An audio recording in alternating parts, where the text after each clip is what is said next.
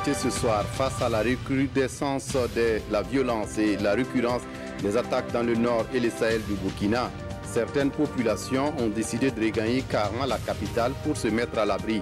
À leur accueil ce matin, c'est le ministre de l'administration territoriale qui les a souhaité la bienvenue. Images et commentaires à suivre dans ce journal. Et dans ce journal, les députés de l'Assemblée nationale viennent d'entamer une session extraordinaire ce lundi pour examiner des projets de loi, notamment sur la modification du code pénal. Des détails des modifications à suivre dans cette édition. Et dans cette édition, au Mali voisin, près d'une centaine de morts dans l'attaque d'un village au centre du pays. L'assaut est intervenu ce lundi vers 3 h du matin dans le village de Sombamda, dans la commune de Sanga, dans la région de Mopti. Et le gouvernement malien rassure que toutes les mesures sont prises pour arrêter et punir les auteurs du carnage. Ce sont là les titres du 20h. Mesdames, Messieurs, bonsoir et ravi de vous retrouver. Mais avant de développer ces titres, cette information brève, il n'y a pas encore de bilan officiel ni de réaction officielle des autorités burkinabées, mais vraisemblablement l'attaque de ce dimanche à Arbinda a fait au moins 19 morts parmi les populations. L'attaque est intervenue hier aux alentours de 15 h et selon les témoins sur place, c'est un groupe d'individus non identifiés qui a ouvert le feu sur les habitants. Je le disais en titre, le ministre de l'administration territoriale vient d'accueillir des déplacés du Nord et du Sahel. Ces déplacés viennent d'arriver et affirment fuir l'insécurité dans leur localité d'origine. Le témoignage de Césaire Carrefour et de Tanga Robert Kafando. Avec enfants et bagages, ils ont fui l'insécurité, les attaques au Nord et au Sahel, jusqu'ici à la capitale. À l'arrondissement 9 de Ouagadougou, ils viennent par groupe de 100 et 200 s'installent sur le premier espace qui s'offre à eux. Après l'attaque de l'église protestante, les terroristes sont venus tuer 3 personnes chez nous et enlever 2 autres. Nous vivions dans la brousse et quand nous entendions un bruit quelconque, c'est la panique générale. C'est fatigué de vivre dans cette situation tous les jours que nous avons envisagé cette solution.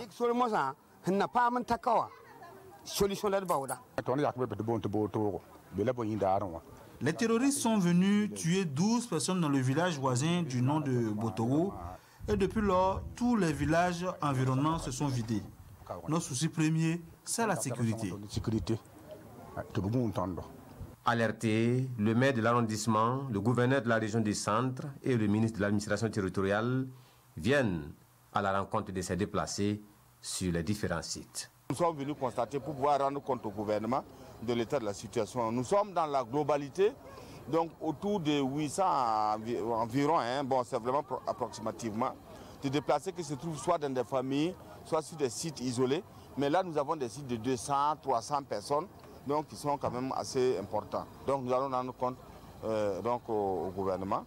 Et le gouvernement va certainement prendre les dispositions nécessaires. En attendant la réponse de l'État central à travers les services d'urgence, le maire de l'arrondissement entrevoit la réquisition de quelques écoles pour accueillir ces déplacés dont le nombre ne cesse de croître depuis hier.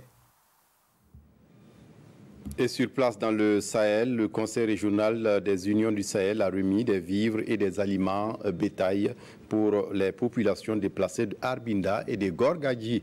C'était ce 6 juin à Dori, donc qui a concerné également les populations vulnérables afin de permettre l'intégration des déplacés. Les détails avec Sekou Zongo sur place à Dori. Les déplacés de Arbinda et de Gorgadji, ainsi que les populations hautes vulnérables, reçoivent ici du réconfort de la part du Conseil régional des Unions du Sahel. Des vivres et des aliments pour bétail ont été remis à ces personnes vulnérables afin de leur permettre de garder une dignité sociale. Ce geste-là est sous 2 volets. Il y a un volet qui s'adresse aux éleveurs directement, à travers la mise à disposition de l'aliment bétail, environ 300 tonnes, qui sont positionnés sur des axes de concentration animale partout dans la région du Sahel, mais à un prix modéré. Le deuxième volet de cet accompagnement, c'est la mise à disposition des populations déplacées de vivres en termes de céréales et aussi de populations hautes. Nous ciblons là environ 1200 ménages. Ce geste de solidarité à l'endroit des populations touchées par la crise sécuritaire et la crise alimentaire se fera également sur 5 autres sites de distribution. C'est au total 45 tonnes que la région a reçues du Conseil régional des unions du Sahel, soit 15 tonnes pour les déplacés de Arbinda et de Djibo qui seront gérés par la direction provinciale du Soum. Il y a également les déplacés, les populations hautes de Dori et de Gorgagui, et cela sera géré par la direction provinciale du Siono. Il y a aussi les personnes déplacées, populations hautes de Déou, et la charge de cette gestion revient à la direction provinciale de Loudalan. D'un coût global de plus de 60 millions de francs CFA, cette action du Conseil régional des unions du Sahel, CRUS, et ses partenaires vient renforcer les conditions de vie des personnes déplacées du fait de l'insécurité. On reste toujours dans le Sahel du Burkina où le ministre en charge de l'éducation nationale rend visite aux élèves déplacés du Sahel. À cause des attaques, environ 80 écoles sont fermées et plus de 500 élèves déplacés dans le Yaga. Ces élèves ont été accueillis à Seba et ont suivi des cours intensifs pour leur permettre de poursuivre leur scolarité et de prendre part à l'examen du CEP en cours. Seydou Zon sur place à Dori. Les élèves déplacés de la province du Yaga reçoivent la visite du ministre en charge de l'éducation. À cause de l'insécurité, ils sont plus de 500 élèves qui ont été accueillis et hébergés dans plusieurs familles ici à Seba. Des cours intensifs ont été organisés à leur intention afin de permettre à ces élèves de poursuivre leur scolarité.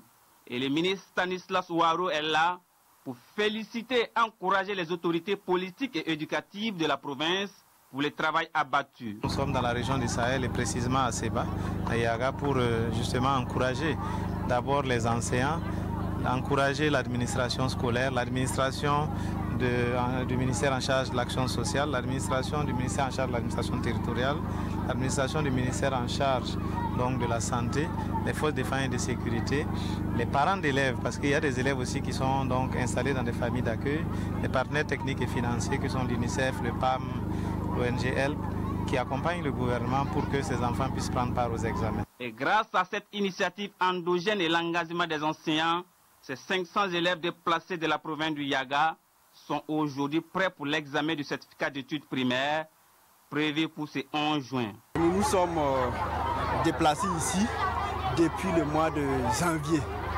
Voilà, depuis le mois de janvier que nous sommes là. Et les cours également ont débuté également depuis le mois de janvier. Et par la grâce de Dieu, aujourd'hui nous sommes prêts pour aborder l'examen.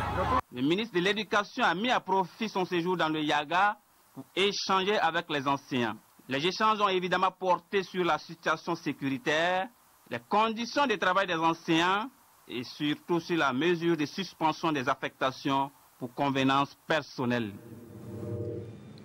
Et puis, avant de poursuivre ce communiqué du ministre de la Défense nationale et des anciens combattants, dans la nuit du dimanche 9 juin 2019, les attaques terroristes ont été perpétrées par groupes armés terroristes contre la ville de Arbinda et des villages environnants.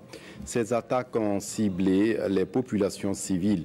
Elles ont causé le décès de 19 personnes et ont fait 13 blessés. Le ministre d'État, ministre de la Défense et des anciens combattants, au nom du gouvernement, présente ses condoléances aux familles endeuillées.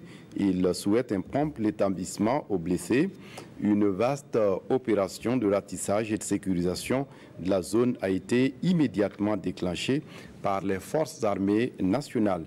Le ministre d'État invite la population au calme et à dénoncer tout cas suspect. Le MPP convie les journalistes à un petit déjeuner de presse ce lundi. La direction du parti qui était face à la presse est revenue sur les questions sécuritaires, le front social, mais aussi le dialogue politique. Compte rendu avec Maïmouna Traoré. Le président par intérim du mouvement du peuple pour le progrès face à la presse ce matin. La situation sécuritaire inquiète, mais Simon Compaoré rassure, les forces de défense et de sécurité sont au front. Tout est mis en œuvre pour les doter de moyens conséquents, mais la victoire sur le terrorisme repose en grande partie sur l'engagement et l'union de tous les Burkinabés. On va se demander pourquoi il y a cette opération dans la zone et puis à Arbinda, bon, les gens continuent de taper. Bon, les militaires ont leur façon de se déployer. C'est une progression selon leur plan. Faisons confiance à ces militaires-là. Le message du MPP, c'est que unis, nous vaincrons. Simon Compaoré a aussi donné le point de vue de son parti sur le dialogue politique initié par le président du Faso. On est arrivé à mettre en place un petit noyau de 4 personnes sous l'égide du ministre d'État, ministre de l'administration territoriale et de la décentralisation,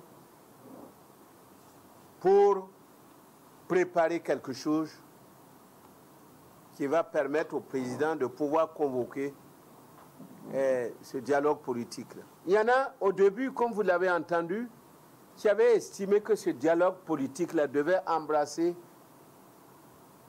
beaucoup de questions. Pour de tels regroupements, il faut faire beaucoup attention pour ne pas tomber dans des erreurs. Nous ne sommes pas à l'heure des conférences nationales souveraines. Une autre question abordée au cours de cette rencontre avec la presse, les mouvements sur le front social. Le président par intérim du MPP invite les partenaires sociaux à la trêve. La tendance actuelle, là, qui est de continuer à affaiblir les positions financières de l'État, ça conduit à quoi? À ce que les Anglais appellent le broken house. Si on continue comme ça, même le budget actuel de l'État ne suffirait pas à donner satisfaction à tous ceux qui existent et à tous ceux qui sont en train de naître. Où en est-on avec la remise à plat des rémunérations, s'interrogent les journalistes. Pour Simon Compaoré, la question est toujours sur la table du gouvernement. Autre actualité dans ce journal, le Premier ministre Christophe Dabiré participe en ce moment à la 108e session de la Conférence internationale du travail en Suisse. Au cours de la rencontre, le chef du gouvernement burkinabé prendra la parole le mercredi 12 juin prochain pour décliner les grands axes de la politique gouvernementale pour un plein épanouissement du monde du travail au Burkina Faso. Le point de nos envoyés spéciaux, Yacouba Gamene et Pascal Kané. Ambiance particulière ce dimanche à l'immeuble de la représentation permanente du Burkina Faso en Suisse. La communauté burkinabé reçoit le Premier ministre Christophe Dabiré. Une communauté d'environ 500 personnes, des étudiants, des travailleurs des organismes internationaux et des travailleurs migrants qui s'attachent toujours à la mère patrie. Et ils le font savoir en entonnant l'hymne national. Les échanges se font à bâton rompu sur la base des préoccupations des participants. Moi, j'en ai presque pas. Ça fait à peu près 40 ans que je suis ici en Suisse. J'ai fait mes études ici. Je travaille là. Et je vais au pays chaque fois que je reviens. C'est les personnes qui sont ici qui ont d'autres problèmes. Par exemple, les personnes qui veulent faire des choses, mais très ultimes au Burkina Faso. On aimerait donc qu'on leur ouvre la porte afin qu'ils puissent le faire le plus complètement possible. Les intervenants veulent surtout savoir comment le gouvernement compte résoudre la crise sécuritaire et la fronde sociale. Certains se plaignent des sociétés immobilières qui feraient de la publicité mensongère et la lenteur dans l'établissement des documents administratifs. Christophe Dabiré reconnaît que le pays est perpétuellement secoué par des grèves, mais que le gouvernement a fait l'option du dialogue social plutôt que la confrontation. Quand on est loin du pays, on entend toutes sortes de nouvelles et on est souvent amené à se poser des questions sur la situation du pays. Je leur ai passé un message d'espoir en leur disant que la situation est difficile, mais le Burkina reste debout. La deuxième chose, j'ai pris connaissance de leurs préoccupations sur la manière dont ils peuvent apporter leur contribution au développement économique et social du pays. Et je pense que c'est important, c'est réconfortant pour nous de savoir que nos compatriotes qui sont à l'extérieur se préoccupent de savoir ce qui se passe et se préoccupent de savoir comment ils peuvent faire pour apporter leur contribution au développement du pays. Christophe Dabiri a loué l'esprit patriotique de ces Burkinabés vivant en Suisse. Il les exhorte à ne pas avoir peur de revenir au pays car le Burkina Faso se bat contrairement aux informations souvent alarmistes relayées par les réseaux sociaux. À l'Assemblée nationale, ce 10 juin, les députés ont débuté l'examen de 3 projets de loi. Il s'agit entre autres d'un projet sur la mise en œuvre de l'initiative pour la transparence dans les industries extractives au Burkina Faso, mais aussi le débat d'orientation budgétaire et sur un document de programmation budgétaire économique pluriannuel 2020-2022. Le projet de loi également portant modification du code pénal. Jean-Eudes Bayala, Zalissa Sanfo, pour les détails. Les députés répondent ce soir à la demande du gouvernement du 5 juin dernier pour l'ouverture d'une session extraordinaire. Et cette cérémonie d'ouverture aura été brève. Le temps pour le président de l'Assemblée nationale de rappeler les dispositions légales qui sied. Je déclare ouverte la première session extraordinaire de l'année 2019. Étant donné qu'on vient de clôturer notre session ordinaire, il n'y a pas lieu de retenir les uns et les autres pour discuter inutilement. On est un peu lessivé avec le nombre de projets de loi qui nous a été soumis pour notre session, 42. Et nous revenons cette fois-ci pour au minimum 3. J'invite les uns et les autres en tout cas à se mettre au travail de telle sorte que nous puissions aborder avec beaucoup plus de sérénité et de sérieux les dossiers qui nous ont été soumis. Et 3 dossiers sont inscrits à l'ordre du jour de cette session extraordinaire. Le premier, c'est un projet de loi portant mise en œuvre de l'initiative pour la transparence dans les industries extractives au Burkina Faso. Il aura lieu le mardi 18 juin. Le jeudi 20 sera consacré au débat sur la programmation budgétaire pluriannuelle 2020-2022. Le troisième sujet inscrit à l'ordre du jour, lui, porte sur la modification du code pénal. Cette session extraordinaire est prévue pour durer 2 semaines. Elle refermera donc ses portes le 24 juin prochain.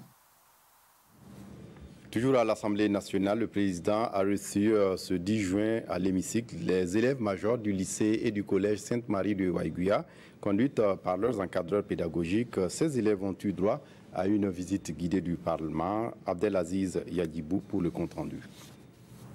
Les majors des classes du collège Sainte-Marie filles et du lycée Sainte-Marie garçons de Waiguia et leurs encadreurs s'informent sur l'histoire et le fonctionnement de l'Assemblée nationale.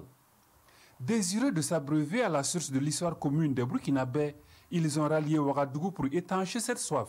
Ça a été un très grand plaisir pour nous de pouvoir visiter l'Assemblée nationale et un grand merci au président de l'Assemblée nationale qui nous a donné des conseils pour mieux aller de l'avant. Tout le monde était ravi de la présentation qui nous a été faite de l'institution par M. Bationo que nous remercions et par le temps pris par le président pour s'entretenir avec les élèves et avec les encadreurs. Après cette immersion dans l'univers de la représentation nationale et un cours d'histoire sur les différentes législatures et les présidents qui se sont succédés, ces visiteurs ont eu des échanges avec le président de l'Assemblée nationale. Pour nous, c'est un honneur de recevoir ces jeunes filles, ces jeunes garçons qui, en tout cas, se sont distingués au niveau des différentes classes. C'est des exemples pour leurs camarades. Ils doivent être des exemples pour leurs amis de quartier. Ils doivent être des exemples dans la circulation partout où ils se trouvent. Je leur ai dit également qu'il ne s'agit pas d'avoir de bonnes moyennes. Il faut qu'ils soient disciplinés. Parce que travail sans discipline n'équivaut à rien. Et j'ai félicité l'Église catholique pour les efforts toujours déployés afin que nous ayons un enseignement de qualité et de quantité. Le président Sakandé conduira une délégation de parlementaires dans la cité de Nabakango à la rencontre des élèves. La promesse a été faite aux visiteurs. Et puis, pour la lutte contre la prolifération illicite des armes légères, le Burkina Faso forme ses officiers de police judiciaire, mais aussi des magistrats. C'est un renforcement de capacité sur la thématique dans le but de fournir à ces éléments des éléments pour appréhender les infractions liées aux armes légères. Estelle Judita Sokba. Le Burkina Faso, comme d'autres pays de la sous-région ouest africaine, est confronté à de multiples attaques terroristes et qui parlent d'attaques parlent d'armes. Pour mener une lutte efficace contre le trafic illicite des armes à feu, les acteurs concernés par le sujet renforcent leurs compétences. Venus d'institutions diverses, ils ont une semaine pour mieux maîtriser les canaux d'échange d'informations en matière d'enquête relative aux armes à feu. La formation va aussi allier la théorie à la pratique. On va commencer avec une présentation générale sur les instruments internationaux qui traitent la problématique des armes à feu et effectivement pour voir comment ces instruments internationaux se trouvent au niveau de la législation burkinabé. On va passer après par une partie plus pratique où on va traiter effectivement les moyens, les méthodes d'investigation sur la problématique d'armes à feu, en passant par les déclencheurs des enquêtes, le modus operandi de divers criminels, pour voir effectivement comment les armes se déplacent au niveau international pour finir dans un pays ou l'autre et comment effectivement les policiers, les agents de la force peuvent empêcher l'arrivée de ces armes à feu sur le territoire burkinabé. La rencontre de Ouagadougou poursuit comme objectif la mise en place d'une plateforme d'experts ainsi qu'un cadre d'expression et d'échange d'informations pour une meilleure efficacité des investigations et poursuites pénales en matière de criminalité liée aux armes à feu. Ouagadougou abrite depuis ce lundi une rencontre d'experts du patrimoine mondial, une rencontre organisée en prélude à la 43e session du comité patrimoine mondial à Bakou en Azerbaïdjan. C'est en juillet prochain. Il s'agit de se définir une position commune sur les dossiers africains. On fait le point avec Tanga Robert Kafando. Ils sont au nombre de 23 venus de 13 pays membres africains de l'UNESCO. Réunis à Ouagadougou, ces experts du patrimoine mondial africain mènent la réflexion sur l'avenir du patrimoine africain. Constitués d'hommes de sciences et de culture, ils entendent identifier les enjeux et harmoniser les positions pour l'amélioration des performances du patrimoine culturel en Afrique. Il va s'agir pour le Burkina de préparer les experts qui vont aller à Bakou défendre les inscriptions africaines. D'une autre part, il va s'agir pour le Burkina Faso aussi de voir comment est-ce que nous allons affûter nos armes et surtout nous organiser pour avoir une représentation de qualité. Permettre aux États et aux populations de bénéficier des retombées de l'inscription des sites au patrimoine mondial, la procédure a été longuement discutée avec les directeurs exécutifs du Fonds pour le patrimoine mondial. Il y a beaucoup, malheureusement, de nos sites qui sont inscrits sur la liste et qui ne bénéficient pas de l'accompagnement nécessaire pour générer, disons, cette plus-value. Et au Burkina Faso, je sais que les ruines de l'Européenie sont, par exemple, font face à des challenges extrêmement importants en termes de création de la tension nécessaire pour que les populations sentent que quelque chose, en fait, l'inscription au patrimoine mondial a induit un changement dans leur vie au quotidien. Cette réunion, appelée réunion du groupe 5A, se tient du 10 au 14 juin 2019 à Ouagadougou et va contribuer à la préparation du comité du patrimoine mondial prévu du 30 juin au 11 juillet 2019 à Bakou, en Azerbaïdjan.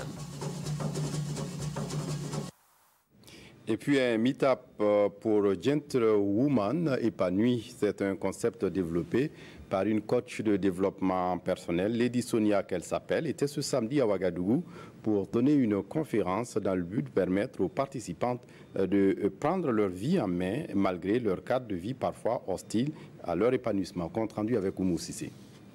Estelle, Jessica ou encore Mariam et bien d'autres dans cette salle, chacune écoute avec attention les conseils de Lady Sonia, coach en développement personnel.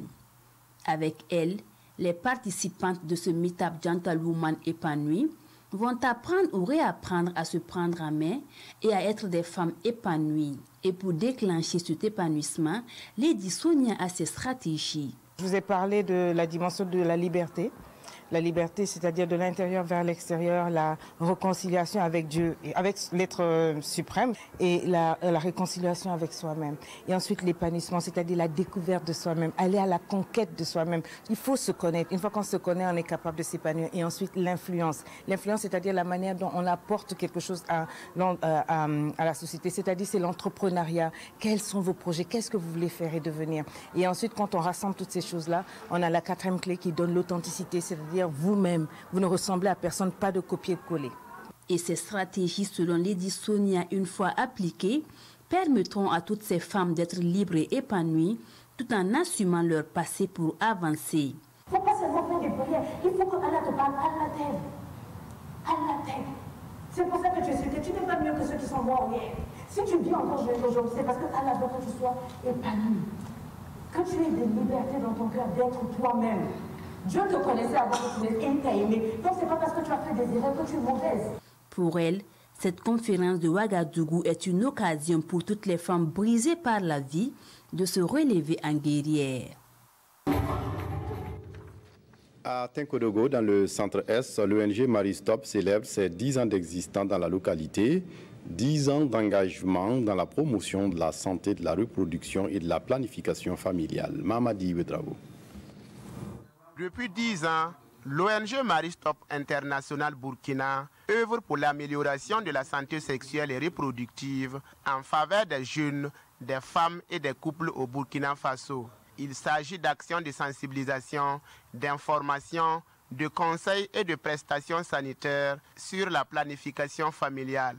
Résumé dans le slogan « Permettre à chaque couple d'avoir un enfant par choix et non par surprise ». Nous avons un réseau d'agents marketing social qui vivent avec la communauté et qui travaillent avec les différents leaders d'opinion au sein de la communauté pour pouvoir apporter l'information qu'il faut. Une équipe mobile qui est déjà positionnée dans les districts part à la rencontre de cette population-là pour pouvoir les offrir les services de planification familiale. De 2009 à 2018, plus de 1 100 000 clients qui ont bénéficié de nos différentes méthodes de planification familiale que nous avons eu à proposer. L'impact en termes de coûts estimés en dépenses que l'État pourrait économiser, ce chiffre à plus de 3 milliards de francs CFA. Ces actions du Maristop International Burkina sont en harmonie avec la vision du gouvernement en matière de santé sexuelle et reproductive.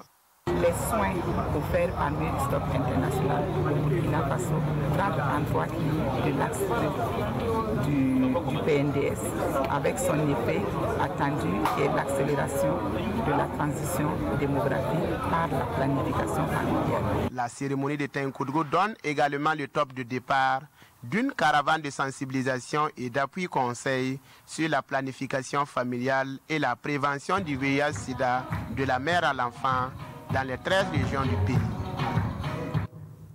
Je le disais en titre à l'étranger au Mali, près d'une centaine de personnes mortes dans l'attaque d'un village au centre du pays. L'assaut est intervenu ce lundi vers 3 h du matin dans le village de Sombamda, dans la commune de Sanga, région de Mopti, selon des témoins sur place. Les forces de sécurité maliennes mènent un large ratissage pour traquer les auteurs, assure le gouvernement malien. Et puis, sans transition, la RTB rend hommage à un monsieur du cinéma. Thierry Kafando était de tous les plateaux au Burkina. C'est lui le chef machiniste des films tels Timbuktu de Abderrahmane Sissako, Ina de Missa Ebié, L'œil du cyclone de Sékou Traoré, Superflic de Kadi Jouli, pour ne citer que ces films-là. Thierry Kafando a traîné sa bosse sur les plateaux de près d'une soixantaine de films à travers le monde. Il a tiré sa révérence à Abidjan le 3 juin dernier sur un plateau de cinéma. Ce soir, nous avons une pensée pour sa famille biologique et sa famille du cinéma. C'est tout pour ce journal. Merci de votre attention. Très bonne suite de programme sur la RTB. Au revoir.